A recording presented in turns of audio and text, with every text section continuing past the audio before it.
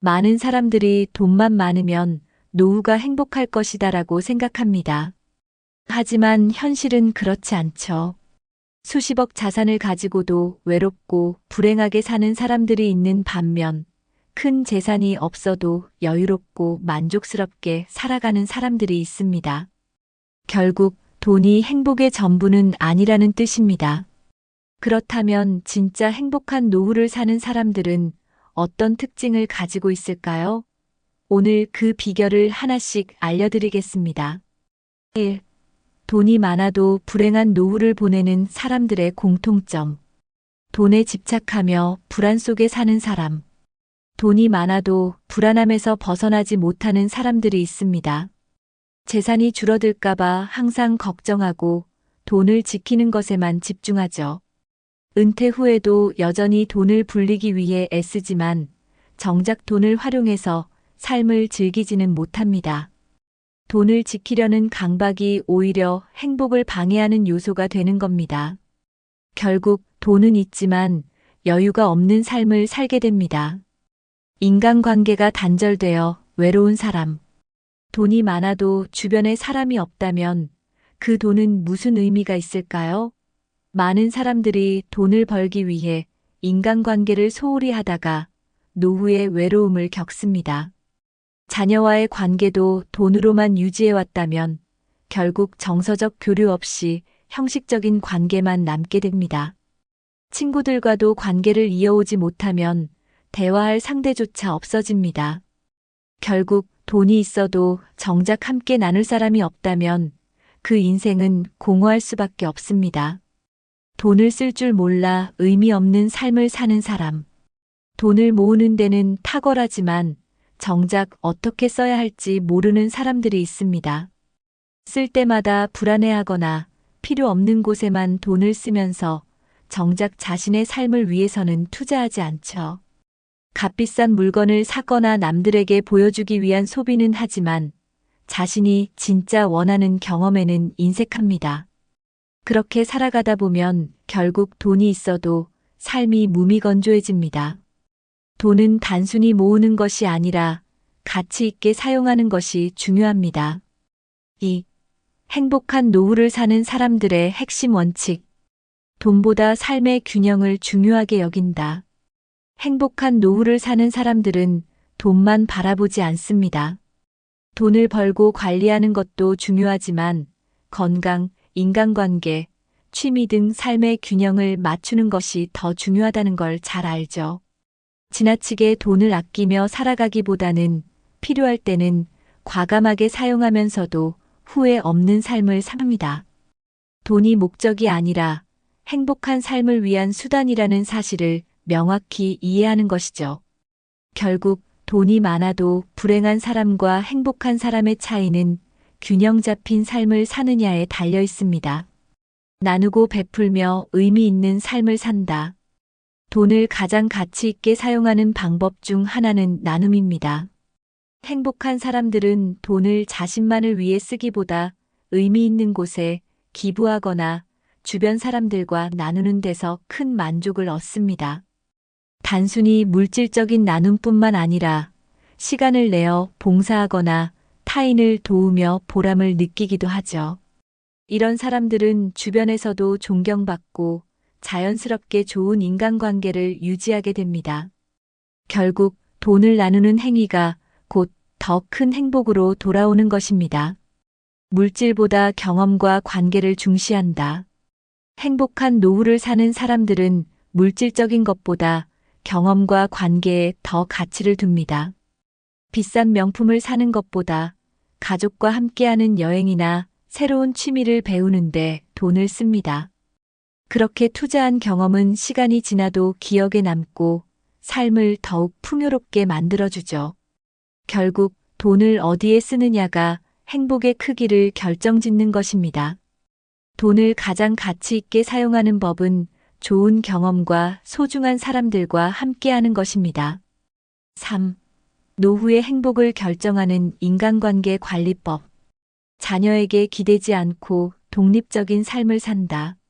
노후의 가장 흔한 실수 중 하나가 자녀에게 의존하는 것입니다. 하지만 행복한 노후를 보내는 사람들은 자녀에게 기대기보다 스스로의 삶을 설계합니다. 자녀에게 부담을 주지 않으면서도 자신의 행복을 위한 독립적인 생활을 유지하죠. 부모가 자신의 인생을 즐길 줄 알면 자녀도 더 편안한 마음으로 부모를 대할 수 있습니다. 결국 자녀와의 관계도 더 건강해지는 것입니다. 긍정적인 사람들과 건강한 관계를 유지한다. 나이가 들수록 주변에 어떤 사람이 있느냐가 더욱 중요해집니다. 행복한 노후를 보내는 사람들은 불평불만이 많은 사람들과 거리를 두고 긍정적인 사람들과 어울리죠. 늘 밝고 활기찬 사람들과 함께하면 자연스럽게 본인도 긍정적인 에너지를 얻게 됩니다. 반대로 부정적인 사람들과 어울리다 보면 자신도 모르게 부정적인 생각에 사로잡히게 됩니다. 결국 노후를 행복하게 보내기 위해서는 건강한 인간관계를 유지하는 것이 필수입니다. 불필요한 인간관계를 정리하고 편안한 삶을 산다. 나이가 들수록 인간관계는 양보다 질이 중요해집니다. 행복한 사람들은 굳이 필요하지 않은 인간관계를 억지로 유지하지 않습니다. 오히려 진짜 소중한 사람들과의 관계에 집중하면서 불필요한 관계에서 오는 스트레스를 줄이죠. 그렇게 하면 삶이 훨씬 더 단순해지고 여유로운 시간이 늘어나게 됩니다. 결국 인간관계를 잘 정리하는 것이 노후의 행복을 결정짓는 요소가 됩니다. 4. 경제적 안정과 행복한 노후의 균형 잡는 법. 돈을 목적이 아닌 도구로 활용한다. 행복한 사람들은 돈을 단순한 숫자가 아니라 삶을 더 윤택하게 만드는 도구로 봅니다. 돈이 많아도 행복하지 않은 사람들은 돈을 쌓아두는 데만 집중하죠. 반면 현명한 사람들은 돈을 활용해 더 나은 삶을 만들어갑니다. 결국 돈 자체가 아니라 어떻게 쓰느냐가 인생을 결정합니다. 돈을 목적이 아니라 수단으로 삼아야 진짜 여유로운 삶을 살 수 있습니다. 돈을 쓸 때 가장 중요한 기준을 정한다. 돈을 제대로 쓰기 위해서는 자신만의 기준이 필요합니다. 단순히 충동적으로 소비하는 것이 아니라 진짜 나에게 필요한 것에 돈을 써야 합니다. 건강, 경험, 인간관계 등 삶을 더 풍요롭게 만드는 요소에 투자하는 것이 중요하죠. 무조건 아끼기보다는 가치 있는 곳에 쓰는 법을 배우는 것이 행복한 노후를 위한 핵심입니다. 결국 돈을 어디에 쓰느냐가 삶의 만족도를 결정합니다. 자산을 관리하면서도 삶을 즐기는 법을 안다. 돈을 잘 관리하는 것과 돈을 쓸 줄 아는 것은 별개입니다. 행복한 노후를 사는 사람들은 재산을 지키면서도 꼭 필요한 곳에는 아낌없이 투자하죠. 지나치게 아끼는 삶은 결국 불안과 후회를 남길 뿐입니다. 하지만 계획적인 소비를 하며 삶을 즐기는 사람들은 만족도가 훨씬 높습니다. 결국 돈을 어떻게 관리하고 활용하느냐가 노후의 행복을 결정짓는 핵심 요소가 됩니다. 돈이 많으면 행복할 것 같지만 현실은 그렇지 않습니다. 중요한 것은 돈 자체가 아니라 돈을 바라보는 태도와 활용하는 방식이죠. 행복한 노후를 보내는 사람들은 단순히 부자가 아니라 돈을 현명하게 다루는 사람들입니다. 돈을 지키는 것에 집착하기보다는 그것을 활용해 더 나은 삶을 만들어가려 노력합니다. 결국 노후의 진짜 행복은 자산의 크기가 아니라 삶의 균형에서 비롯됩니다. 노후의 행복은 하루아침에 만들어지지 않습니다. 경제적인 안정뿐만 아니라 건강, 인간관계, 생활습관 등 다양한 요소가 균형을 이루어야 하죠. 지금부터라도 돈을 어떻게 쓰고 어떤 사람들과 관계를 맺으며 어떤 삶을 살 것인지 고민해야 합니다. 행복한 노후를 보내는 사람들은 미리 준비하고 작은 습관부터 실천한 사람들이죠. 노후가 찾아왔을 때 후회하지 않으려면 지금부터 변화를 시작해야 합니다. 돈을 목표로 삼으면 끝없는 불안과 집착 속에서 살아가게 됩니다. 하지만 행복을 목표로 삼으면 돈도 자연스럽게 따라오게 되어 있죠.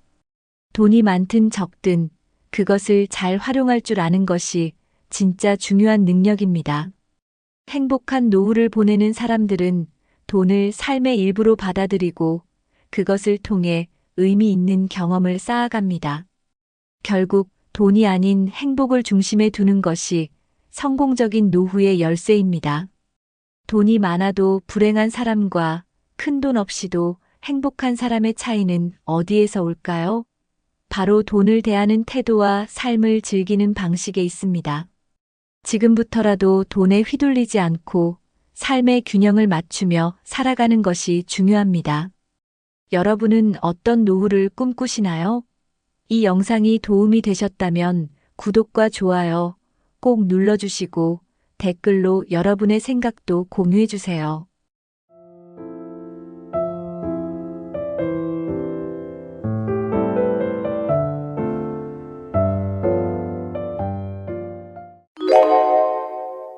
근육 운동, 조금이라도 반드시 해야 하는 이유. 이 나이에 무슨 근육이야, 그냥 산책이나 하지. 혹시 이렇게 생각하고 계신가요? 물론 걷기도 좋습니다. 하지만 그것만으로는 절대 부족한 게 있습니다. 바로 근육입니다. 나이가 들수록 근육은 매일 조금씩 사라집니다. 그냥 두면 몸 안에서 조용히 무너지는 게 근육입니다. 근육이 줄면 체력이 떨어지고 균형이 무너지고 결국 건강이 무너지게 됩니다. 그래서 나이 들수록 더더욱 조금이라도 근육 운동을 해야 하는 이유가 분명히 있습니다. 젊을 때처럼 헬스장에 갈 필요도 없습니다. 그냥 집에서 하루 10분 간단한 동작만으로도 근육은 반응하기 시작합니다. 단지 걷는 것만으로는 절대 채워지지 않는 게 근육입니다. 오늘 영상에서는 왜 근육 운동을 꼭 해야 하는지, 그리고 지금부터라도 쉽게 시작할 수 있는 방법까지 알려드립니다. 여러분의 몸이 바뀌면 인생 후반도 바뀝니다. 그럼 지금부터 하나하나 함께 알아보겠습니다. 근육은 누구나 나이가 들수록 자연스럽게 줄어듭니다. 특히 60대 이후부터는 근손실 속도가 훨씬 빨라지기 시작합니다. 그냥 평소처럼 생활해도 근육은 매년 줄어들고 있는 거죠. 그런데 문제는 이걸 몸으로 바로 느끼기 어렵다는 겁니다. 계단이 힘들어지거나 쉽게 피곤해지는 걸 느낀다면 이미 진행 중일 수 있습니다. 근육은 가만히 두면 빠르게 사라지지만 키우는 데는 오랜 시간이 걸립니다. 그래서 더 늦기 전에 조금이라도 운동을 시작하는 게 중요합니다. 많은 어르신들이 걷기 운동은 열심히 하시지만 근육 운동은 소홀히 하시는 경우가 많습니다. 걷기만 해서는 다리 근육은 유지돼도 팔이나 등, 복부 근육은 점점 약해집니다. 몸의 중심이 무너지면 균형 잡기가 어려워지고 넘어질 위험도 커집니다. 근육은 단순히 힘을 쓰는 데 필요한 게 아닙니다. 몸 전체를 지탱해주는 기둥 같은 역할을 하기 때문에 무너지면 건강도 따라 무너집니다. 지금보다 더 나이 들었을 때 근육이 있느냐 없느냐에 따라 삶의 질이 완전히 달라집니다. 근육은 언제든지 다시 만들 수 있지만 시작이 빠를수록 훨씬 쉽습니다. 오늘부터라도 가볍게 시작해보는 게 제일 좋은 방법입니다. 근육은 써야만 유지되는 조직입니다. 사용하지 않으면 몸은 쓸모없다고 판단하고 점점 줄여버립니다. 그래서 오랜 입원이나 활동량이 적은 생활을 하면 근육이 빠르게 줄어드는 겁니다. 특히 무릎이나 허리 통증 때문에 오래 앉아만 있으면 허벅지와 엉덩이 근육이 급격히 약해집니다. 한번 줄어든 근육은 회복하는데 시간이 오래 걸리고 노력도 많이 필요합니다. 그래서 지금 쓰지 않으면 잃게 된다는 경각심이 필요합니다. 하루 종일 걷는 생활이어도 특정 부위의 근육은 거의 쓰이지 않는 경우도 많습니다. 예를 들어 복부 근육이나 등 근육은 별도로 운동하지 않으면 유지되기 어렵습니다. 근육은 스스로 움직여야 반응합니다. 그냥 생활하는 것만으로는 부족하고 의도적으로 자극을 줘야 유지가 됩니다.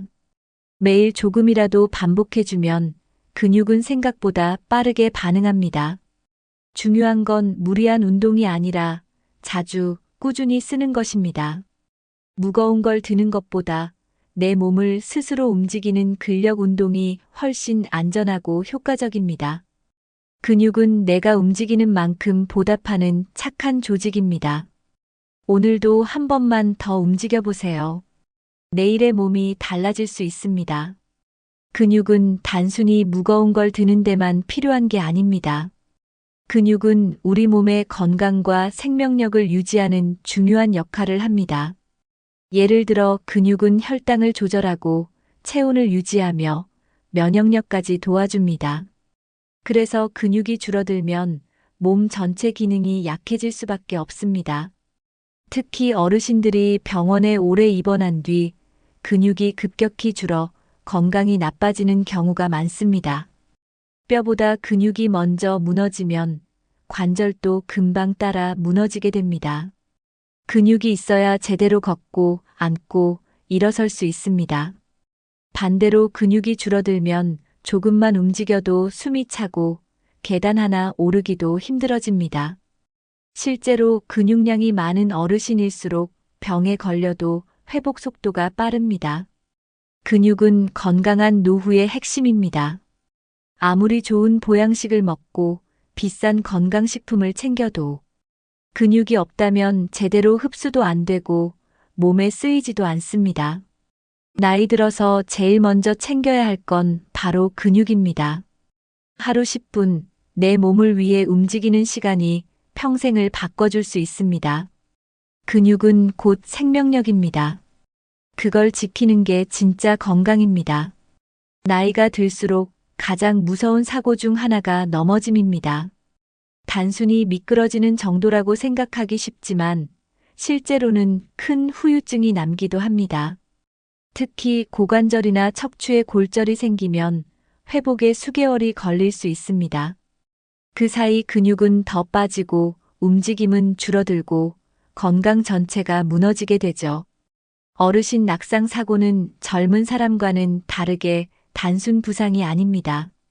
걷기도 어렵고 침대에서 일어나는 것도 힘들어지면 자립생활이 어려워질 수 있습니다. 실제로 넘어짐 이후에 일상으로 완전히 회복하지 못하는 경우도 많습니다. 병원에 오래 누워 있거나 다시 걷기 어려워져서 외출 자체를 꺼리는 분들도 계십니다. 결국 건강뿐 아니라 삶의 질 전체가 떨어지게 되는 겁니다. 이런 낙상 사고는 대부분 예고 없이 갑자기 찾아옵니다. 그래서 미리 대비하는 것이 훨씬 중요합니다. 넘어지지 않기 위한 준비, 그 핵심이 바로 근육입니다. 특히 하체 근육은 균형과 버티는 힘을 담당합니다. 운동을 통해 하체 근육을 유지하면 넘어질 위험 자체를 줄일 수 있습니다. 낙상은 예방이 최선이고 예방의 시작은 근육입니다. 예전엔 발이 잘 안 꼬였는데 요즘은 왜 이렇게 중심이 흔들리지? 이런 생각 한 번쯤 해보신 적 있으신가요? 그건 단순히 나이 탓만이 아니라 근육과 균형 감각이 함께 약해졌기 때문입니다. 우리가 무심코 걷고 서 있는 동작도 사실 수많은 근육이 동시에 작용하고 있습니다. 특히 발목, 무릎, 엉덩이, 허리 주변 근육들이 균형을 잡아주는 핵심입니다. 그런데 이 근육들이 약해지면 중심이 무너지기 쉽습니다. 그래서 조금만 걸어도 휘청거리거나 발을 헛디디는 일이 생기는 겁니다. 균형은 쓰지 않으면 금세 떨어지지만 운동으로 다시 끌어올릴 수 있습니다. 계단 오르기, 의자에서 일어나기 같은 기본 동작도 균형 훈련에 도움이 됩니다. 중심을 잡아주는 코어 근육도 같이 키워야 넘어짐을 막을 수 있습니다. 운동을 할수록 몸의 감각도 깨어나고 뇌와 근육의 연결도 더 튼튼해집니다. 그 결과 반응 속도도 빨라지고 넘어지기 전 자세를 바로잡을 수 있게 됩니다. 걷기 운동만으로는 부족한 부분, 근력 운동이 그 균형을 채워줄 수 있습니다. 근육이 있어야 몸이 중심을 잡고 중심이 잡혀야 안전하게 움직일 수 있습니다. 넘어지지 않는 가장 좋은 방법은 오늘부터 근육을 다시 깨우는 것입니다. 많은 분들이 골다공증이나 뼈 건강만 챙기시곤 합니다. 물론 뼈도 중요하지만 그보다 먼저 지켜야 할 게 바로 근육입니다. 왜냐하면 근육이 무너지면 뼈는 쉽게 충격을 받기 때문입니다. 근육은 뼈를 보호하는 쿠션 역할을 합니다. 근육이 단단하게 있어야 넘어졌을 때 뼈에 가는 충격을 막아줄 수 있습니다. 반대로 근육이 없으면 아주 가벼운 충격에도 골절이 생길 수 있습니다. 특히 엉덩이나 허벅지 근육은 넘어질 때 가장 중요한 보호 역할을 합니다. 허벅지 근육이 약해지면 고관절 골절 위험도 크게 높아집니다. 뼈 건강을 지키려면 근육도 함께 챙겨야 합니다. 근육은 뼈에 붙어서 움직이는 기관이기 때문에 서로 밀접하게 연결되어 있습니다. 근육이 강하면 뼈에도 좋은 자극이 가고 뼈 밀도도 함께 높아집니다. 그러니까 근육을 지키는 건 결국 뼈를 지키는 길이기도 합니다. 단단한 뼈 위에 단단한 근육이 있을 때 건강한 움직임이 유지됩니다. 한쪽만 챙기면 결국 전체가 무너질 수 있습니다. 뼈보다 먼저 근육을 지금부터라도 꼭 챙겨야 하는 이유입니다. 근육은 단순히 몸을 움직이는 데만 쓰이는 게 아닙니다. 우리 몸 안에서 혈액을 돌게 하는 데에도 중요한 역할을 합니다. 특히 다리 근육은 아래에 있는 피를 심장 쪽으로 밀어 올려주는 펌프 같은 역할을 합니다. 근육이 줄어들면 피가 정체되기 쉬워지고 혈액순환이 나빠집니다. 다리가 무겁고 저리는 증상도 근육 부족이 원인일 수 있습니다. 근육 운동을 하면 혈관이 확장되고 피가 더 잘 흐르게 됩니다. 이 과정에서 심장도 덜 부담스러워지고 전반적인 순환이 좋아집니다. 혈액순환이 잘 되면 손발도 따뜻해지고 부종도 줄어들 수 있습니다. 또 산소와 영양소가 온몸에 잘 퍼져 피로 회복도 빨라집니다. 근육이 늘면 몸 전체가 활기를 되찾는 이유가 바로 여기에 있습니다. 꾸준한 근육 운동은 몸 안을 깨우는 가장 자연스러운 자극입니다. 특히 하체 근육을 단련하면 혈액이 잘 돌면서 전반적인 건강 상태가 나아집니다. 심장이 약한 분일수록 무리하지 않게 근육을 자극하는 운동이 필요합니다. 움직이는 근육은 피를 밀어주고 피는 산소를 데려와 몸을 깨워줍니다. 하루 10분이라도 근육을 움직이면 혈액순환이 달라질 수 있습니다. 근육 운동은 혈압과 혈당을 조절하는 데도 큰 도움이 됩니다. 운동을 하면 혈관이 부드럽게 열리고 혈압이 자연스럽게 낮아지기 시작합니다. 특히 근육이 늘어나면 혈당을 조절하는 능력도 함께 향상됩니다. 이는 근육이 혈당을 흡수해서 에너지로 쓰는 작용 덕분입니다. 그래서 당뇨병이 있는 분들에게도 근육 운동은 아주 중요한 치료 방법입니다. 단순히 식단만으로는 혈당을 완전히 잡기 어렵기 때문입니다. 근육 운동은 인슐린 감수성을 높여줘 혈당이 오르지 않도록 도와줍니다. 특히 복부와 허벅지 같은 큰 근육을 쓰면 혈당 관리의 효과가 더욱 커집니다. 고혈압 역시 꾸준한 운동으로 혈관이 유연해지고 심장 부담이 줄어들게 됩니다. 운동을 하면 스트레스 호르몬도 줄어들기 때문에 혈압 안정에도 좋습니다. 단, 무거운 운동보다는 본인 체력에 맞춘 간단한 동작부터 시작하는 게 안전합니다. 의자에 앉았다 일어나기, 벽 짚고 스쿼트하기 같은 동작이 도움이 됩니다. 꾸준히 하면 약에만 의존하던 몸이 점차 스스로 조절하기 시작합니다. 약도 중요하지만 내 몸이 스스로 회복하려면 근육의 힘이 필요합니다. 근육 운동은 혈압과 혈당을 동시에 다스릴 수 있는 최고의 건강 습관입니다. 걷기는 좋은 운동이지만 근육을 충분히 자극하긴 어렵습니다. 특히 일정한 강도로 오래 걷지 않으면 근육이 반응하지 않습니다. 반면 근력 운동은 짧은 시간 안에 근육과 대사를 직접 자극하는 효과가 있습니다. 근육이 수축하고 이완되는 과정에서 에너지가 많이 쓰입니다. 이때 몸속 지방도 함께 연소되고 체내 대사가 활발해집니다. 그 결과 몸의 기초 대사량이 올라가고 평소보다 더 많은 에너지를 쓰게 됩니다. 같은 밥을 먹어도 근육이 많으면 살이 덜 찌고 더 쉽게 빠지는 이유도 여기에 있습니다. 대사는 근육에 의해 유지되며 근육이 빠지면 몸 전체 대사가 느려집니다. 근육이 늘어나면 움직이지 않는 시간에도 몸이 에너지를 계속 쓰게 됩니다. 특히 나이가 들수록 대사가 떨어지기 때문에 근육 운동은 선택이 아닌 필수입니다. 단순히 많이 걷는다고 해서 대사가 좋아지진 않습니다. 근육을 일부러 움직여줘야 대사가 반응합니다. 그래서 하루 10분이라도 팔, 다리, 복부 등 주요 부위를 자극하는 게 중요합니다. 대사를 깨우는 습관이 바로 건강을 지키는 습관입니다. 내 몸을 움직여주는 가장 좋은 방법은 바로 오늘 근육을 쓰는 것입니다. 우리 몸은 음식을 먹으면 당분, 즉 혈당이 올라가게 됩니다.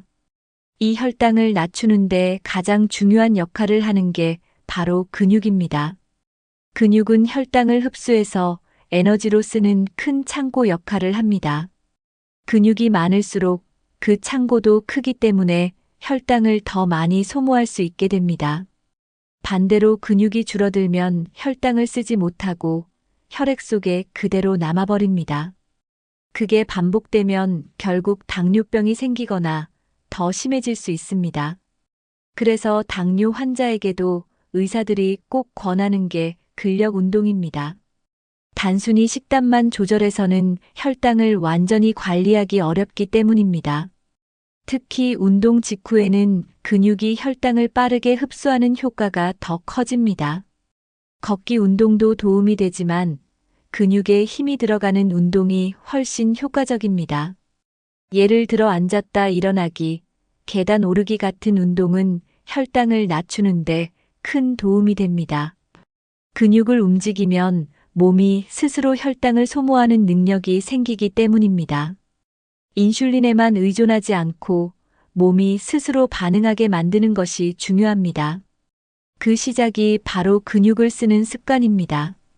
당뇨 조절을 위해서라도 근육은 절대 빼놓을 수 없는 요소입니다. 많은 분들이 살이 잘 찌고 잘 안 빠져요라고 하십니다. 그 이유 중 하나가 바로 근육량 감소입니다. 근육이 줄어들면 몸의 기초대사량도 같이 떨어집니다. 기초대사량이란 가만히 있어도 몸이 에너지를 쓰는 양입니다. 근육이 많을 때는 가만히 있어도 에너지를 많이 쓰기 때문에 살이 덜 찌는 거죠. 하지만 근육이 줄어들면 같은 양을 먹어도 살은 더 쉽게 찌게 됩니다. 그래서 예전보다 많이 먹지 않는데도 체중이 느는 것처럼 느껴질 수 있습니다. 또 살이 찌면 무릎이나 허리에도 부담이 더 가기 때문에 악순환이 생깁니다. 체중은 줄이려고 해도 쉽게 빠지지 않고 몸은 더 무거워지기만 합니다. 이럴 때 중요한 건 식단만 줄이는 게 아니라 근육을 늘려주는 운동을 병행하는 겁니다. 근육이 생기면 기초대사량이 올라가고 살도 더 잘 빠지기 시작합니다.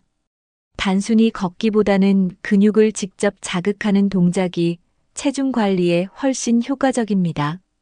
그리고 살이 빠지는 것보다 지방은 줄고 근육은 늘어나는 게 진짜 건강한 변화입니다. 숫자보다 중요한 건 내 몸의 구성, 근육량입니다. 체중이 고민이라면 먼저 근육부터 다시 키워보세요.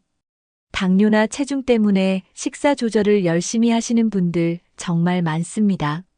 물론 식단은 기본이지만 그것만으로는 절대 충분하지 않습니다. 몸은 움직여야 대사가 활발해지고 먹은 에너지가 제대로 쓰이게 됩니다. 아무리 적게 먹어도 움직이지 않으면 살은 잘 빠지지 않습니다. 또 활동량이 부족하면 근육은 점점 빠지고 몸은 더 약해집니다.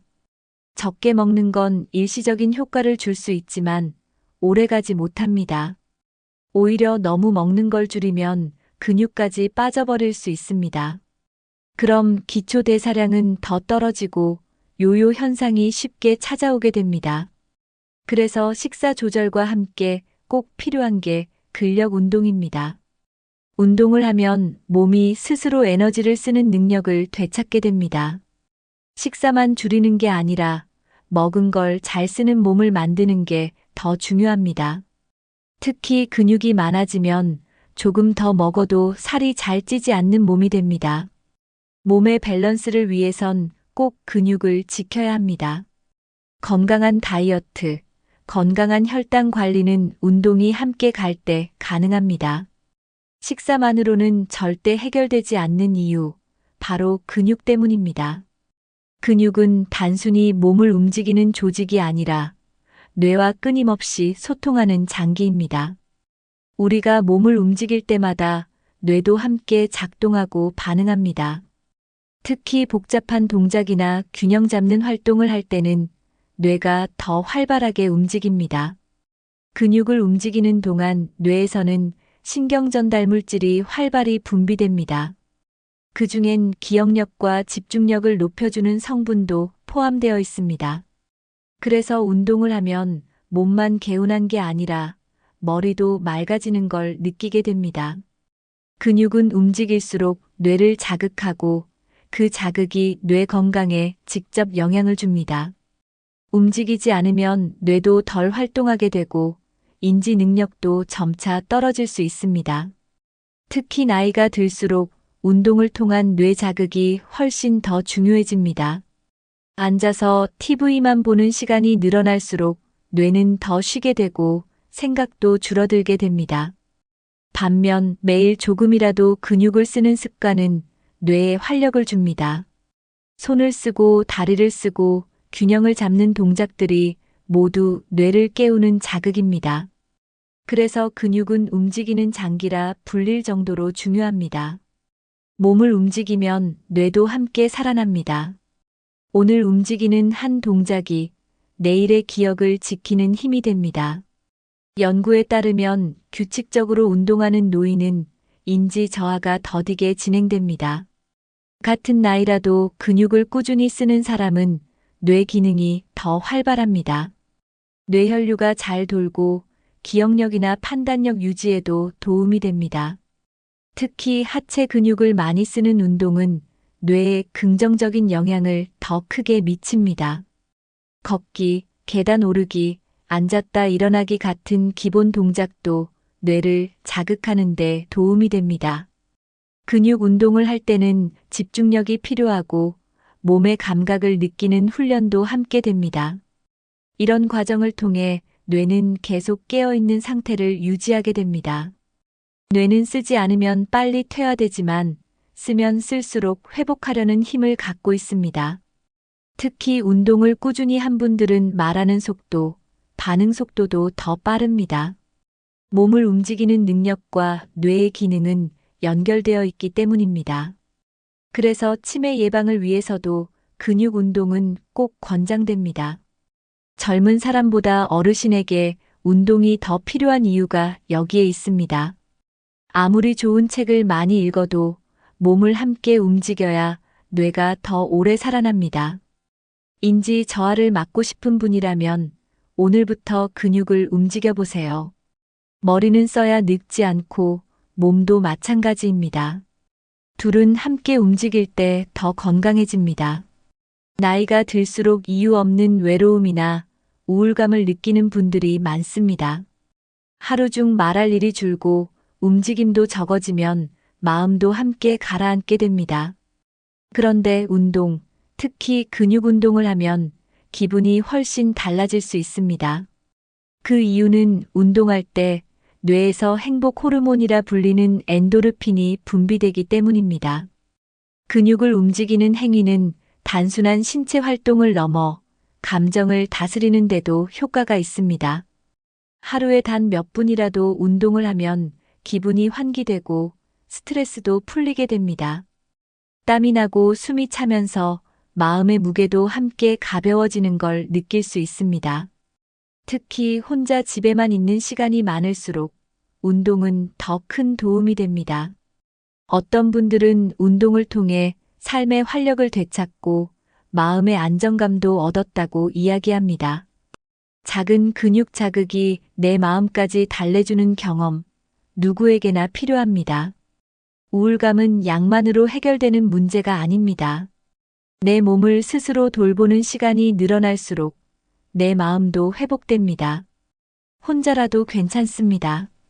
집안에서 간단한 동작부터 시작해 보세요. 근육이 움직이면 뇌가 반응하고 뇌가 반응하면 감정도 살아납니다. 마음이 지쳐 있다면 먼저 몸부터 조금씩 움직여 보세요. 많은 분들이 운동은 시간이 너무 오래 걸려서 못해요라고 하십니다. 하지만 꼭 1시간씩 하지 않아도 괜찮습니다. 하루에 10분만 근육을 자극해줘도 몸은 반응하기 시작합니다. 중요한 건 얼마나 오래보다 얼마나 꾸준히입니다.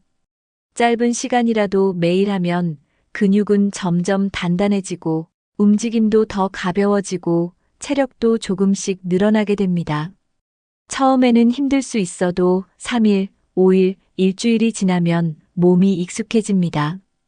특히 의자에 앉았다 일어나기, 팔 들어 올리기 같은 동작부터 시작하면 부담이 없습니다. TV 보기 전에, 잠들기 전에, 아침에 일어나서 생활 속에서 10분만 시간을 내보세요. 20분이 한개월 후, 1년 후의 건강을 완전히 바꿔줄 수 있습니다. 몸은 내가 얼마나 움직이느냐에 따라 금방 변화를 보여줍니다. 처음엔 작게, 나중엔 더 오래 할 수도 있게 되죠. 무엇보다 운동을 시작했다는 그 자체가 큰 의미입니다. 오늘 10분, 내일 10분이 쌓이면 건강도 자신감도 함께 자라납니다. 걷기는 좋은 운동입니다. 누구나 쉽게 할 수 있고 부작용도 적습니다. 하지만 걷기만으로는 온몸의 근육을 충분히 쓰긴 어렵습니다. 특히 상체, 복부, 등 근육은 따로 자극을 주지 않으면 쉽게 약해집니다. 그래서 걷기와 함께 간단한 근력 운동을 병행하는 게 좋습니다. 예를 들어 걷기 20분 후에 5분 동안 팔 들기나 스쿼트를 해보세요. 이렇게 조합하면 운동 효과가 2배가 됩니다. 걷기는 유산소 운동, 근육 운동은 무산소 운동으로 서로 보완해 줍니다. 유산소는 심장을 건강하게 하고 근육 운동은 몸의 틀을 지켜줍니다. 함께 할 때 더 큰 효과가 나기 때문에 꼭 같이 해보시길 추천드립니다. 또 걷기만 오래 하다 보면 체력이 늘지 않거나 지루해질 수 있습니다. 이럴 때 근력 운동을 섞으면 재미도 생기고 운동이 더 다양해집니다. 무리해서 시작하지 않아도 됩니다. 한 가지 동작만 추가해도 큰 차이가 생깁니다. 걷기로 몸을 데우고 근력 운동으로 마무리하면 훨씬 효율적입니다. 시간은 짧아도 방식만 잘 조합하면 충분한 효과를 볼 수 있습니다. 걷기만으로 부족한 부분, 근력 운동이 채워줍니다. 지금 나이에 무슨 운동이야? 이런 생각, 이제 내려놓으셔도 됩니다. 나이는 숫자일 뿐, 근육은 지금부터라도 다시 만들 수 있습니다. 우리 몸은 나이와 상관없이 계속 변화하고 성장할 수 있습니다. 중요한 건 무리하지 않고 내 몸에 맞게 시작하는 것입니다. 가장 쉬운 운동은 의자에 앉았다 일어나기, 팔 들고 내리기, 발끝 들기 같은 동작입니다. 이 동작만 하루에 10번씩 해도 근육은 충분히 자극을 받습니다. 처음에는 5번만 해도 괜찮습니다. 점점 늘려가면 됩니다. 무릎이나 허리가 불편하신 분은 벽을 짚고 하는 운동부터 시작해도 좋습니다. 중요한 건 지금 당장 시작하는 것입니다. 한 달만 해보면 몸이 얼마나 가볍고 달라졌는지 느끼게 됩니다. 근육은 정직해서 쓰면 늘고 안 쓰면 줄어듭니다. 하루 10분, 오늘부터 바로 시작해 보세요. 늦은 나이란 없습니다. 지금이 딱 좋은 때입니다. 내가 나를 위해 움직이는 이 시간, 그 자체가 건강입니다. 근육은 기다려주지 않지만 노력한 만큼 꼭 응답해 줍니다. 여러분, 오늘 이야기 잘 들어보셨나요? 근육 운동, 꼭 헬스장 가야 하는 것도 아니고 무거운 걸 드는 것도 아닙니다. 집에서 가볍게 내 몸의 무게만 이용해도 충분히 시작할 수 있습니다. 나이가 들수록 근육은 매일 조금씩 줄어듭니다. 하지만 오늘 딱 10분만 움직이면 그 흐름을 되돌릴 수 있습니다. 근육은 내가 움직이는 만큼 반응하고 노력한 만큼 건강을 지켜줍니다.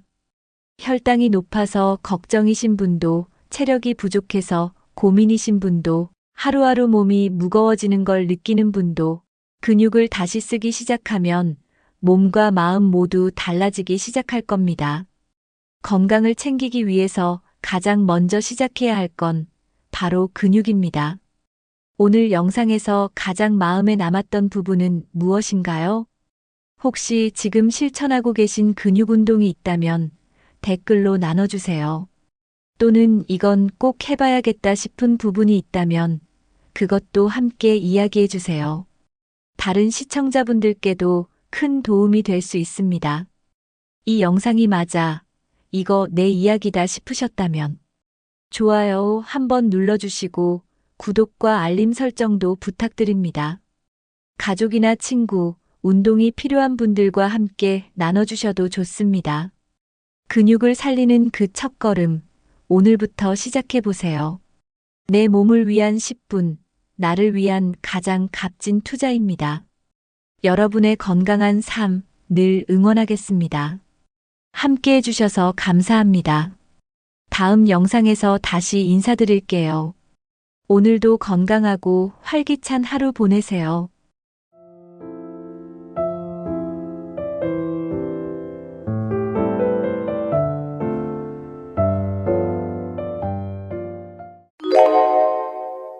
요즘 새벽마다 자주 깨서 다시 잠들기 힘들다는 이야기 많이들 하십니다.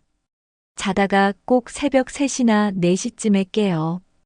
예전엔 푹 잤는데 나이 들면서 자꾸 중간에 눈이 떠지네요.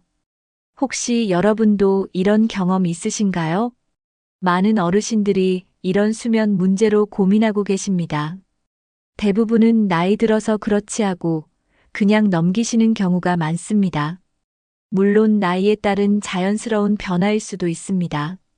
하지만 그 속에는 생각보다 다양한 원인이 숨어 있습니다. 단순히 나이 때문이 아니라 몸 안의 변화, 생활 습관, 마음 상태까지 모두 영향을 줍니다. 원인을 정확히 알면 그만큼 해결 방법도 더 분명해집니다. 오늘 영상에서는 왜 노인들이 새벽에 자주 깨는지, 그리고 편안하게 다시 잠들 수 있는 방법까지 알려드릴게요.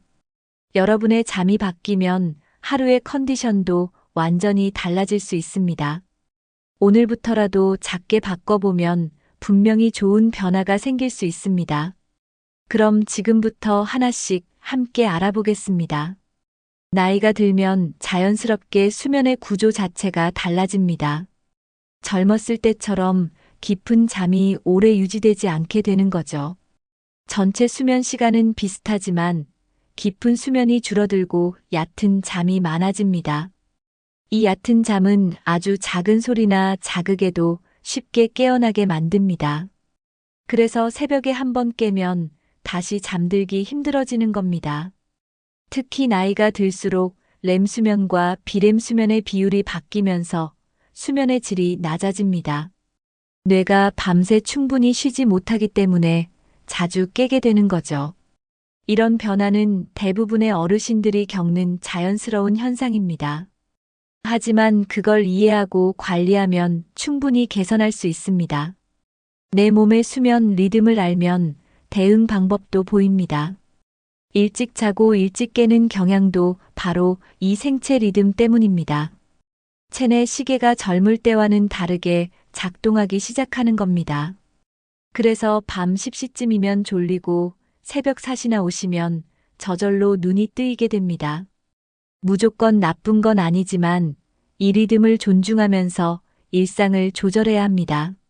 무엇보다 중요한 건 이 변화가 정상이라는 걸 먼저 받아들이는 겁니다. 많은 분들이 요즘은 밤 9시만 돼도 졸려요라고 말씀하시곤 합니다. 실제로 나이가 들면 수면 욕구가 앞당겨지는 현상이 나타납니다. 낮에 활동량이 줄고 햇빛을 받는 시간도 짧아지기 때문입니다. 몸이 밤과 낮을 구분하는 기능이 약해지면서 졸음이 일찍 오는 것이죠. 일찍 자면 자연스럽게 새벽에도 눈이 빨리 떠지게 됩니다. 문제는 일찍 자도 깊은 잠이 유지되지 않아서 피로가 완전히 해소되지 않는다는 점입니다. 그 결과 새벽에 자주 깨고 낮에는 졸음이 몰려옵니다. 이렇게 되면 밤낮이 헷갈려서 수면의 질이 더 떨어질 수 있습니다. 이럴 때는 기상 시간을 일정하게 유지하는 것이 중요합니다. 아무리 일찍 자더라도 기상 시간을 너무 당기지 않도록 조절하는 겁니다. 저녁에는 밝은 조명을 피하고 오전에는 햇빛을 쬐며 활동하는 것도 도움이 됩니다. 그렇게 하면 뇌가 밤과 낮을 구분하고 수면 리듬을 바로잡기 시작합니다. 중요한 건 억지로 늦게 자려 하지 말고 낮 시간 활동량을 늘려서 밤에 자연스럽게 졸리게 만드는 겁니다. 첫 번째는 매일 같은 시간에 일어나고 자는 습관을 들이는 것입니다. 생체 리듬은 반복에 따라 안정되기 때문에 일정한 생활 패턴이 중요합니다. 두 번째는 아침 햇빛을 꼭 쬐어주는 것입니다. 햇빛은 체내 시계를 조절해주고 낮과 밤의 구분을 명확히 해줍니다. 세 번째는 낮에 너무 오래 낮잠을 자지 않는 것입니다. 낮잠은 너무 길어지면 밤잠을 방해할 수 있기 때문입니다. 20분에서 30분 정도 짧게 자는 것이 좋습니다. 네 번째는 저녁 시간에 자극적인 활동은 피하는 것입니다. 늦은 시간 TV 시청이나 스마트폰 사용은 뇌를 각성시켜 수면을 방해합니다. 다섯 번째는 간단한 스트레칭이나 가벼운 산책도 도움이 됩니다. 몸을 적당히 피곤하게 해줘야 깊은 잠에 들 수 있기 때문입니다. 여섯 번째는 자기 전 따뜻한 물로 샤워하거나 족욕을 하는 것도 좋습니다. 체온이 내려가면서 몸이 자연스럽게 잠들 준비를 하게 됩니다. 일곱 번째는 하루의 일정이 끝났다는 신호를 몸에 주는 것이 필요합니다. 이 모든 실천은 생체 리듬을 안정시키고 새벽 각성을 줄여주는데 큰 도움이 됩니다. 멜라토닌은 흔히 수면 호르몬이라고 불리는 물질입니다. 이 호르몬은 해가 지고 어두워지면 자연스럽게 분비되기 시작합니다. 멜라토닌이 분비되면 몸의 긴장이 풀리고 자연스럽게 잠이 오게 됩니다. 그런데 나이가 들수록 이 멜라토닌의 분비가 줄어들기 시작합니다. 특히 60대 이후부터는 젊었을 때보다 분비량이 눈에 띄게 줄어듭니다. 그 결과 잠드는 데 시간이 오래 걸리고 잠이 들어도 깊지 않게 됩니다. 깊은 잠이 줄어들면 중간에 자주 깨는 일도 더 많아지게 됩니다. 멜라토닌이 부족하면 새벽에 깼을 때 다시 잠들기도 어려워집니다. 뇌는 여전히 깨어 있으라는 신호를 보내고 있기 때문입니다. 이렇게 되면 수면의 질이 계속 낮아지고 낮에도 피로가 누적됩니다. 이 변화는 나이 들면 자연스럽게 오는 생리적인 현상입니다. 하지만 그대로 두기보다는 멜라토닌을 늘릴 수 있는 생활 습관을 갖는 것이 좋습니다. 몸에서 멜라토닌이 잘 만들어지도록 돕는 방법들이 있습니다. 조명을 조절하고 수면 환경을 바꾸는 것도 도움이 됩니다. 멜라토닌이 줄어드는 것을 이해하면 수면 문제를 더 잘 관리할 수 있습니다. 멜라토닌이 줄어들면 뇌가 자야 할 시간이라는 인식을 제대로 하지 못하게 됩니다. 그래서 밤에 쉽게 잠들지 못하거나 자다가 자꾸 깨게 되는 거죠. 특히 새벽 2시에서 5시 사이에 자주 깨는 분들이 많습니다. 이 시간대는 원래 수면이 가장 깊어야 하는 시기입니다. 하지만 멜라토닌이 부족하면 이 깊은 잠 구간이 생략되거나 아주 짧아집니다. 결과적으로 새벽에 눈이 떠지고 다시 잠들기 어려운 현상이 반복되는 겁니다. 자주 깨면 몸이 피곤할 뿐만 아니라 마음도 지치기 쉽습니다. 왜 이렇게 자꾸 깨지? 하면서 불안감이 생기기도 하죠. 이 불안감 자체가 또 수면을 방해하는 악순환이 됩니다. 새벽에 자주 깨는 건 단지 나이 때문이 아니라 멜라토닌의 감소와 수면 구조 변화가 함께 작용한 결과입니다. 그렇기 때문에 단순히 수면 시간을 늘리는 것만으로는 해결이 어렵습니다. 수면의 질을 높이는 게 핵심입니다. 그러려면 멜라토닌이 충분히 분비되도록 생활을 조절해야 합니다. 이제 그 방법들을 하나씩 살펴보겠습니다. 첫 번째는 아침에 햇빛을 받는 것입니다. 햇빛은 멜라토닌 분비 리듬을 조절해주는 중요한 역할을 합니다. 아침에 햇빛을 받으면 뇌는 밤이 되면 멜라토닌을 분비할 준비를 하게 됩니다. 두 번째는 낮에 적당한 활동량을 유지하는 것입니다.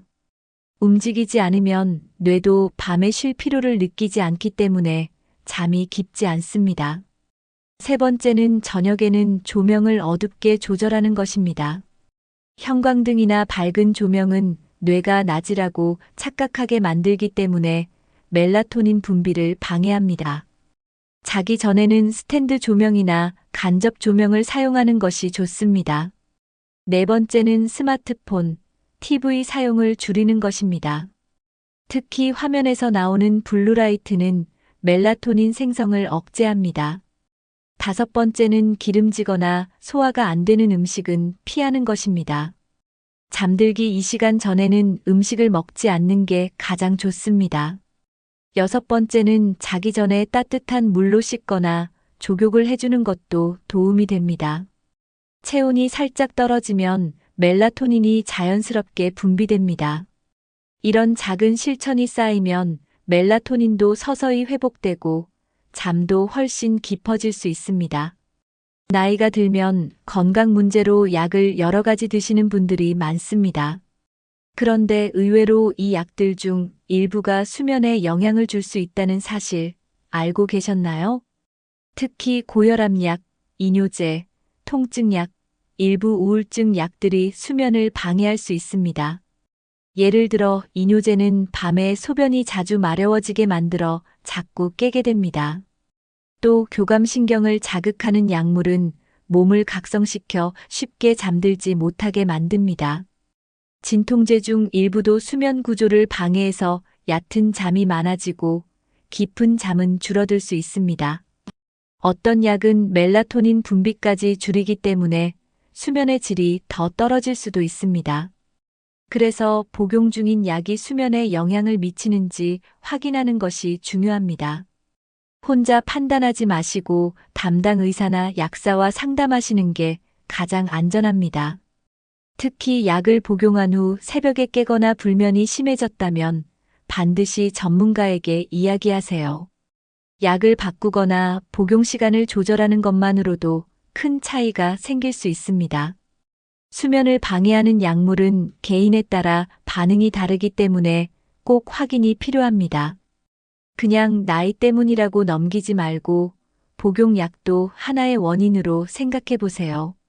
건강을 위한 약이 오히려 수면을 방해하고 있다면 적절한 조정이 꼭 필요합니다. 수면을 챙기는 것도 건강을 지키는 중요한 방법 중 하나입니다. 어떤 약은 아침에 먹느냐, 저녁에 먹느냐에 따라 작용이 크게 달라집니다. 특히 수면에 영향을 줄 수 있는 약은 복용 시간이 매우 중요합니다. 예를 들어 이뇨제를 저녁 늦게 복용하면 자는 중에 소변 때문에 깨기 쉬워집니다. 이럴 경우 복용 시간을 오전이나 이른 오후로 조정하는 것만으로도 효과가 있습니다. 또 각성을 유도하는 약은 자기 직전에 먹으면 잠을 방해할 수 있습니다.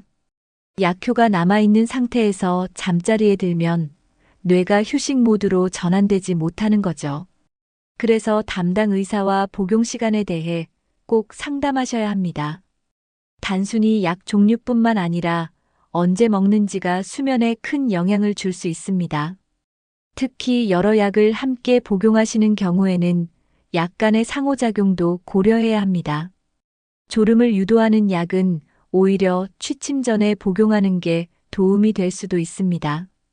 하지만 모든 경우에 해당하는 건 아니기 때문에 전문가의 조언이 반드시 필요합니다. 약 복용 시간을 바꾸는 것만으로 새벽에 깨는 횟수를 줄일 수 있는 경우가 많습니다. 작지만 매우 중요한 부분이니 꼭 체크해 보시길 바랍니다. 불면의 원인을 찾을 때 생활 습관과 함께 약 복용 시간도 함께 살펴보는 것이 좋습니다.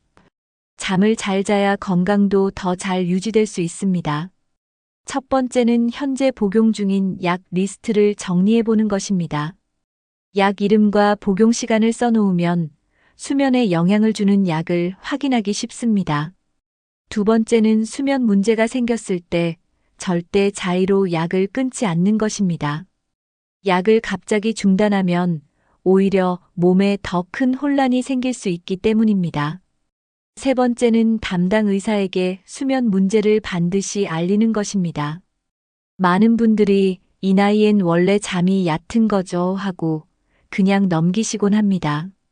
하지만 전문가와 상의하면 약을 조절하거나 교체할 수 있는 방법이 생깁니다. 네 번째는 수면 보조제를 함부로 복용하지 않는 것입니다. 특히 처방 없이 구입한 수면제는 몸에 맞지 않으면 더 심한 부작용이 생길 수 있습니다. 다섯 번째는 약물 외에도 생활 습관과 식사 시간도 함께 점검하는 것이 좋습니다. 수면에 영향을 주는 요인은 약 하나뿐이 아니기 때문입니다. 여섯 번째는 수면 일지를 작성하는 것입니다. 잠들기 전 행동, 깬 시간, 복용한 약 등을 기록하면 원인을 파악하는 데 도움이 됩니다. 마지막으로 수면 문제는 참지 말고 꼭 이야기해야 한다는 마음가짐이 중요합니다. 약물도 잘 관리하면 숙면을 되찾는 데 큰 도움이 될 수 있습니다.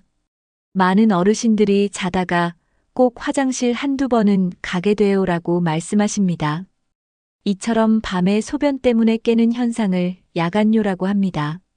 나이가 들수록 방광 기능이 약해지면서 이런 증상이 흔하게 나타납니다. 방광의 탄력이 줄고 소변을 저장하는 능력도 감소하기 때문입니다. 낮에는 참을 수 있던 소변도 밤에는 민감하게 느껴지게 되는 거죠. 또 신장에서 밤에도 소변을 많이 만드는 체내 변화도 하나의 원인입니다. 특히 당뇨나 고혈압이 있는 분들은 야간뇨가 더 자주 나타날 수 있습니다.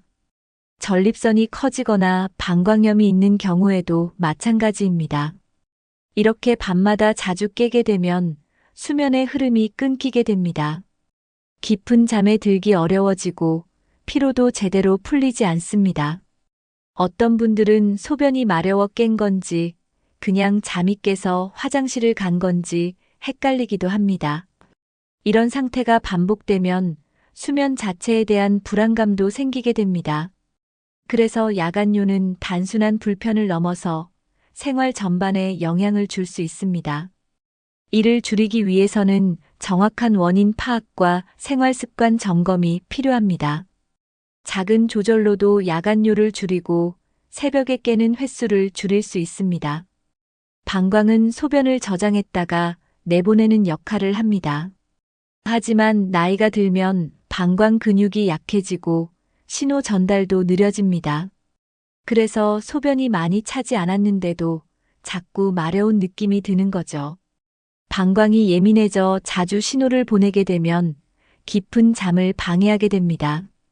특히 밤에는 외부 자극이 적어지기 때문에 평소보다 소변 신호에 더 민감하게 반응하게 됩니다. 이런 상태가 반복되면 뇌는 소변 신호에 더 빠르게 깨어나도록 반응하게 됩니다. 즉, 잠들자마자 깊은 수면에 빠지기 전에 방광이 먼저 깨워버리는 겁니다. 한번 깨면 다시 잠들기 어렵기 때문에 수면 시간이 줄어들게 됩니다. 방광 기능 저하는 남녀 모두에게 나타날 수 있지만 특히 남성의 경우 전립선 문제와 함께 나타나는 경우가 많습니다. 여성은 폐경 이후 호르몬 변화로 인해 방광 탄력이 떨어지기도 합니다. 이런 문제는 간단한 운동이나 치료로 개선이 가능합니다. 방광의 민감도를 낮추면 수면도 자연스럽게 깊어질 수 있습니다. 방광 건강은 곧 수면 건강과 연결되어 있다는 걸 꼭 기억해 주세요. 첫 번째는 저녁 2시간 전부터 물 마시는 양을 줄이는 것입니다. 너무 일찍부터 물을 끊으면 갈증으로 잠들기 어렵고 너무 늦게까지 물을 마시면 새벽에 자꾸 깨어나게 됩니다. 두 번째는 카페인이 들어간 음료를 피하는 것입니다. 커피, 녹차, 탄산음료 등은 이뇨작용이 있어 소변을 자주 마렵게 합니다. 세 번째는 자기 전 배뇨를 꼭 하고 잠자리에 드는 것입니다. 당연한 행동 같지만 의식적으로 습관을 들이면 효과가 좋습니다. 네 번째는 소변을 너무 참지 않고 너무 자주 가지도 않는 적당한 리듬을 유지하는 것입니다. 너무 자주 가는 습관은 방광을 더 예민하게 만들 수 있습니다. 다섯 번째는 하체 근육 강화 운동을 해주는 것입니다. 특히 골반 근육을 단련하면 방광 조절 능력이 좋아집니다. 여섯 번째는 배에 압박을 주는 옷을 피하고 편한 복장을 입는 것도 중요합니다. 배가 조이면 방광에 자극을 줄 수 있기 때문입니다. 일곱 번째는 과민성 방광이 의심될 땐 반드시 전문 진료를 받아보는 것입니다. 소변 조절은 민감한 문제지만 생활의 질과 잠의 질을 높이는 핵심 요소입니다. 낮 동안에는 별 생각이 없었는데 이상하게도 밤이 되면 걱정이 많아집니다. 조용한 방 안에서 혼자 누워 있으면 마음속에 쌓였던 생각들이 하나둘 떠오르죠. 내일은 또 어떻게 해야 하지? 몸이 왜 이러지? 같은 걱정이 꼬리를 물기 시작합니다. 이런 생각들이 많아질수록 뇌는 쉬지 못하고 계속 깨어있게 됩니다. 그 결과 깊은 잠에 빠지지 못하고 얕은 잠만 계속 반복됩니다. 뇌는 낮 동안 받은 자극을 밤새 정리하는데 스트레스가 많으면 이 과정이 매끄럽게 되지 않아 수면을 방해합니다. 특히 스트레스 호르몬인 코르티솔이 밤에 높아지면 몸은 계속 긴장한 상태가 됩니다. 이럴 경우 자다 깨는 횟수가 많아지고 새벽에 일찍 눈을 뜨게 됩니다. 몸은 피곤한데 머리는 깨어 있어서 다시 잠들기도 힘들어집니다. 이런 상태가 반복되면 점점 잠드는 자체가 불안해집니다. 오늘도 또 깨면 어쩌지? 라는 생각이 들기 시작하는 거죠. 걱정이 많아질수록 수면은 더 얕아지고 피로는 쌓이게 됩니다. 결국 악순환이 반복되며 수면의 질은 점점 나빠집니다. 마음의 긴장을 줄여야 몸도 편안해지고 깊은 잠이 찾아옵니다. 때로는 겉으로는 괜찮은 것 같지만 마음속 깊은 불안이 잠을 깨우기도 합니다. 무의식에 자리 잡은 불안감은 새벽에 가장 민감하게 나타납니다. 자는 동안에도 뇌는 계속 작동하고 있기 때문에 마음속에 쌓인 걱정이 새벽에 뇌를 자극해 저절로 눈을 뜨게 만드는 겁니다. 이럴 경우 깨고 나서도 다시 잠들기 어렵고 심장이 두근거리거나 식은땀이 나기도 합니다. 무의식적인 불안은 스스로 인식하기 어려워서 더 피곤하게 느껴집니다. 그 이유를 정확히 알 수 없으니 불안은 더 커지고 잠은 더 얕아지게 됩니다. 특히 외부 자극이 없는 조용한 새벽 시간에는 이런 감정이 더 크게 느껴집니다. 이럴 때는 무작정 참고 누워있기보다는 조용히 일어나 따뜻한 차를 마시거나 가볍게 몸을 움직이며 뇌를 다시 안정시키는 것이 도움이 됩니다. 중요한 건 왜 이렇게 깼지? 하고 자책하지 않는 태도입니다. 누구나 한 번쯤은 새벽에 깰 수 있고 그것만으로 문제가 되는 건 아닙니다.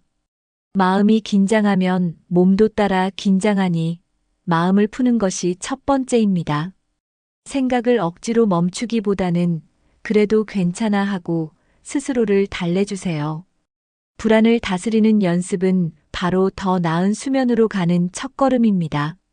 마음이 불안하면 아무리 몸이 피곤해도 잠들기 어렵습니다. 그래서 잠자기 전 마음을 다스리는 습관이 매우 중요합니다. 첫 번째는 자기 전 걱정거리를 종이에 적어보는 것입니다. 마음속 생각을 밖으로 꺼내면 머릿속이 한결 가벼워집니다. 두 번째는 심호흡이나 명상처럼 뇌를 천천히 쉬게 해주는 활동을 하는 것입니다. 깊게 들이쉬고 내쉬는 호흡을 반복하면 몸의 긴장이 풀어집니다. 세 번째는 자극적인 TV나 스마트폰 사용을 줄이는 것입니다. 자극적인 화면과 소리는 뇌를 각성시켜 잠을 방해합니다. 네 번째는 마음을 편안하게 해주는 음악을 들으며 누워보는 것도 좋습니다. 잔잔한 클래식이나 자연 소리는 뇌파를 안정시키는데 도움이 됩니다. 다섯 번째는 내 몸과 마음을 칭찬해주는 습관을 들이는 것입니다. 오늘도 수고했어. 내일은 더 편안하길 바라 같은 말을 스스로에게 해주세요. 여섯 번째는 정해진 시간에 자고 일어나는 수면 루틴을 유지하는 것입니다. 뇌는 반복에 익숙하기 때문에 같은 시간에 잠자리에 들면 훨씬 안정감을 느낍니다. 마음을 가라앉히는 작은 습관들이 모이면 수면도 자연스럽게 깊어집니다. 나이가 들면 신체의 감각이 더 민감해지기 시작합니다. 특히 수면 중에는 소리, 빛, 온도 같은 자극에 훨씬 쉽게 반응하게 됩니다. 낮에는 잘 안 들리던 소리도 밤에는 신경이 곤두서서 더 크게 느껴지기도 하죠. 작은 발자국 소리, 냉장고 소리도 수면을 방해할 수 있습니다. 마찬가지로 불이 조금이라도 비치면 뇌는 아직 낮이라고 착각해 멜라토닌 분비가 줄어듭니다. 이런 상태에서는 쉽게 깊은 잠에 들지 못하고 자주 깨게 됩니다. 또 방 안의 온도가 너무 높거나 낮아도 몸이 불편해서 수면이 얕아집니다. 특히 발이 차거나 땀이 날 정도로 더우면 새벽에 잠에서 깨는 일이 많습니다. 이런 환경적 요소는 작은 것 같아도 수면의 질을 좌우합니다. 민감한 감각을 차단하려면 조명, 소음, 온도에 신경을 써야 합니다. 커튼을 두껍게 치고 조명을 꺼두는 것만으로도 숙면에 도움이 됩니다. 소음이 있는 곳이라면 조용한 음악이나 백색 소음 기기를 활용해 보세요. 적절한 실내 온도는 보통 18도에서 22도 사이가 가장 좋다고 알려져 있습니다. 너무 덥지도 춥지도 않게 조절하는 것이 중요합니다. 예민해진 감각을 편안하게 만들어주는 환경이 곧 깊은 잠을 부릅니다. 많은 분들이 무심코 하는 행동이 실제로 수면을 방해하고 있습니다. 첫 번째는 자기 직전까지 TV나 스마트폰을 보는 습관입니다. 화면에서 나오는 빛은 뇌를 각성시켜 멜라토닌 분비를 억제합니다. 특히 드라마나 뉴스처럼 자극적인 내용을 보면 뇌는 더 깨어있게 됩니다. 두 번째는 늦은 시간에 무거운 식사를 하는 습관입니다. 음식이 소화되는 동안 몸은 휴식하지 못하고 깨어있게 됩니다. 세 번째는 잠들기 직전에 격한 운동을 하는 것입니다. 운동은 좋지만 자기 직전엔 오히려 수면을 방해할 수 있습니다. 네 번째는 불을 켠 채로 자는 습관입니다. 아주 약한 불빛도 수면 호르몬의 분비를 줄일 수 있습니다. 다섯 번째는 알코올이나 커피를 늦게 섭취하는 것입니다. 술은 잠이 오는 듯해도 실제로는 얕은 잠만 유도하고 자주 깨게 만듭니다. 카페인은 오후 이후엔 되도록 피하는 것이 좋습니다. 여섯 번째는 수면 시간이 불규칙한 생활입니다. 매일 같은 시간에 자고 일어나는 것이 가장 건강한 수면 습관입니다. 깊은 잠을 자기 위해서는 뇌가 이제 자도 되겠다는 신호를 느껴야 합니다. 그 신호를 만들어주는 것이 바로 수면 환경입니다. 첫 번째는 조용하고 어두운 공간을 만드는 것입니다. 눈을 감았을 때도 완전히 어둡게 느껴지는 환경이 이상적입니다. 두 번째는 침실은 오직 잠을 자는 공간으로 사용하는 것입니다. 침실에서 TV를 보거나 식사를 하면 뇌는 그곳을 휴식 공간으로 인식하지 못합니다. 세 번째는 침구류를 편안하게 바꾸는 것입니다. 너무 딱딱하거나 너무 푹신한 매트리스는 몸의 긴장을 더하게 만듭니다. 네 번째는 자기 전 마음을 진정시키는 루틴을 만드는 것입니다. 따뜻한 물로 손발을 씻고 조용한 음악을 들으며 잠자리 준비를 해보세요. 다섯 번째는 실내 공기를 쾌적하게 유지하는 것입니다. 너무 건조하면 코와 목이 불편하고 습하면 숨쉬기 어려울 수 있습니다. 여섯 번째는 편안한 잠옷과 체온 유지가 가능한 이불을 사용하는 것입니다. 일곱 번째는 자기 전 30분은 모든 자극을 끄고 조용한 시간을 보내는 것입니다. 이런 습관들이 모이면 몸과 뇌는 자연스럽게 잠을 받아들일 준비가 됩니다. 오늘 영상에서는 왜 나이가 들수록 새벽에 자주 깨게 되는지, 그리고 그 원인을 어떻게 해결할 수 있을지 6가지로 나눠서 말씀드렸습니다. 단순히 나이 들어서 그렇다는 말로 넘길 수 있는 문제가 아니라는 걸 아셨을 겁니다. 생체 리듬, 호르몬 변화, 복용 중인 약, 방광 문제, 마음의 불안, 생활 습관. 이 모든 것이 서로 얽혀서 수면에 영향을 주고 있었던 거죠. 다행인 건 그 어느 것도 바꿀 수 없는 게 아니라는 점입니다. 아주 작고 단순한 습관 하나부터 바꾸면 새벽잠 문제도 충분히 좋아질 수 있습니다. 오늘 알려드린 내용 중 하나라도 기억해 두셨다가 오늘 밤 딱 한 가지만이라도 실천해 보시면 어떨까요? 하루하루가 쌓이다 보면 어느새 밤잠도 더 편안해지고 아침이 상쾌해질 수 있습니다. 몸도 마음도 모두 잘 쉬어야 다음 날을 건강하게 살아갈 힘이 생깁니다. 지금 이 순간부터라도 나에게 맞는 수면 환경과 습관을 하나씩 만들어 가보세요. 오늘 영상 보시고 가장 공감되셨던 내용은 무엇이었나요? 혹시 여러분만의 꿀잠 노하우가 있다면 댓글로 함께 나눠주세요. 같은 고민을 가진 다른 분들께 큰 도움이 될 수도 있습니다. 이 영상이 맞아, 이거 내 이야기다 싶으셨다면 좋아요 한번 눌러주시고 구독과 알림 설정도 함께 부탁드릴게요. 가족이나 친구, 잠을 잘 못 자는 지인분들께 이 영상 공유해 주셔도 좋습니다. 오늘 밤은 꼭 편안하게 주무시고 내일 아침엔 개운하게 눈 뜨시길 바랍니다. 지금까지 함께 해주셔서 감사합니다. 건강하고 따뜻한 하루 되세요. 다음 영상에서 다시 뵙겠습니다.